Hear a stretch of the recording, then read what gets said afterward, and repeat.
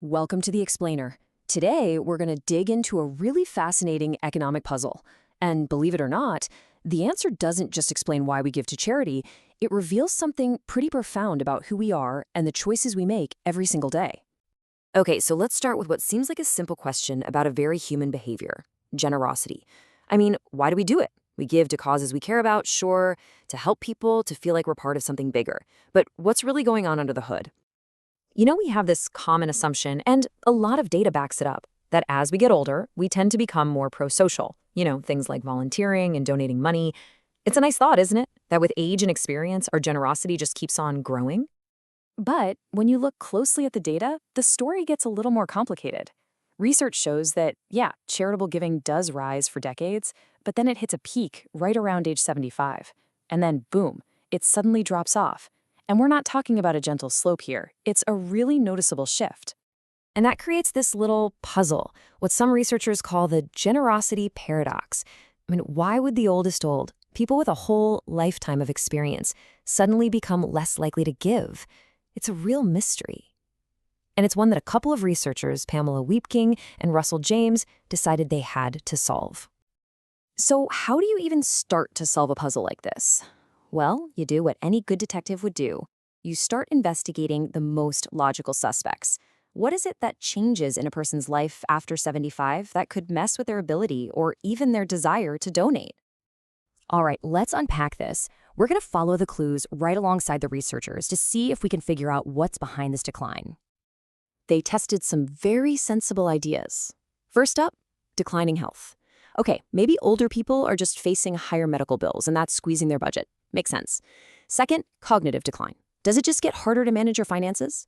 Third, shrinking social circles. Maybe they're just getting asked to donate less often by friends or people in their community. And fourth, maybe they're just changing their strategy, planning to leave money in their will instead of giving it away while they're still alive. And what they found was, yeah, all these things play a role.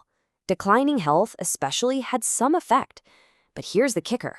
None of these reasons, not even when you combine them all, were strong enough to really explain that sharp drop we saw in the chart. The mystery was definitely not solved. But then, they found it. One variable that stood out like a sore thumb.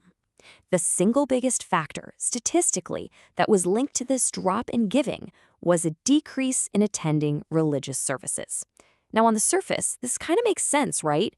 A huge amount of charitable donations in the US happens in church or other religious settings.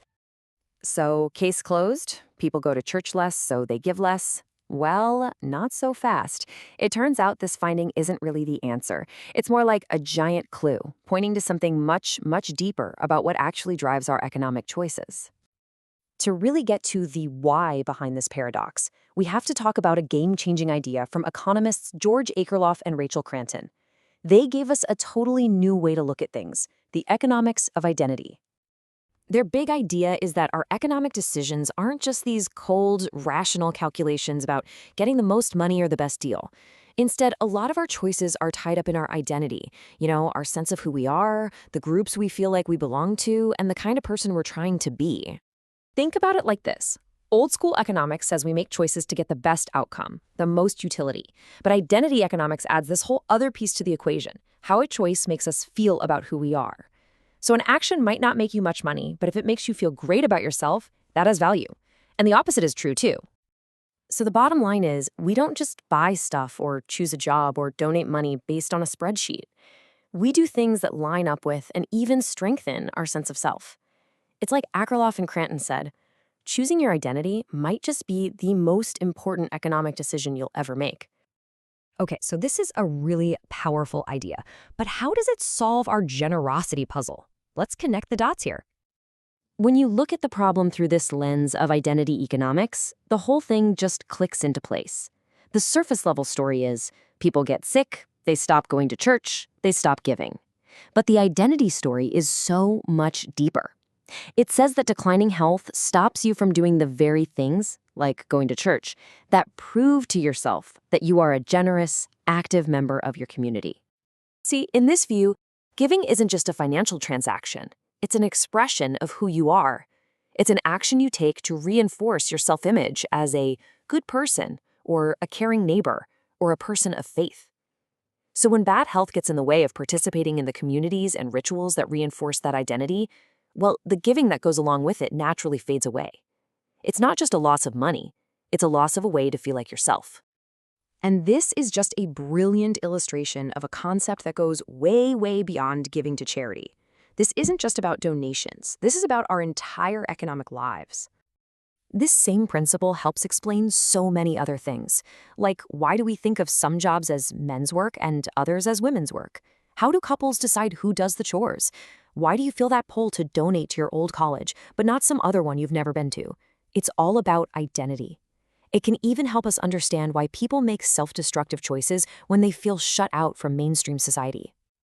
So the big takeaway here is that our financial lives and our psychological lives aren't two separate things. They are completely fundamentally tangled together. Every choice we make with our money tells a story about our values, our people, and the person we see in the mirror, or the person we're trying to become. Which really leaves us with one final thought. Your wallet, your bank account, your spending habits, they don't just hold dollars and cents. They hold a story about you. So here's a powerful question to ask yourself next time you make any kind of economic decision. What story is yours telling?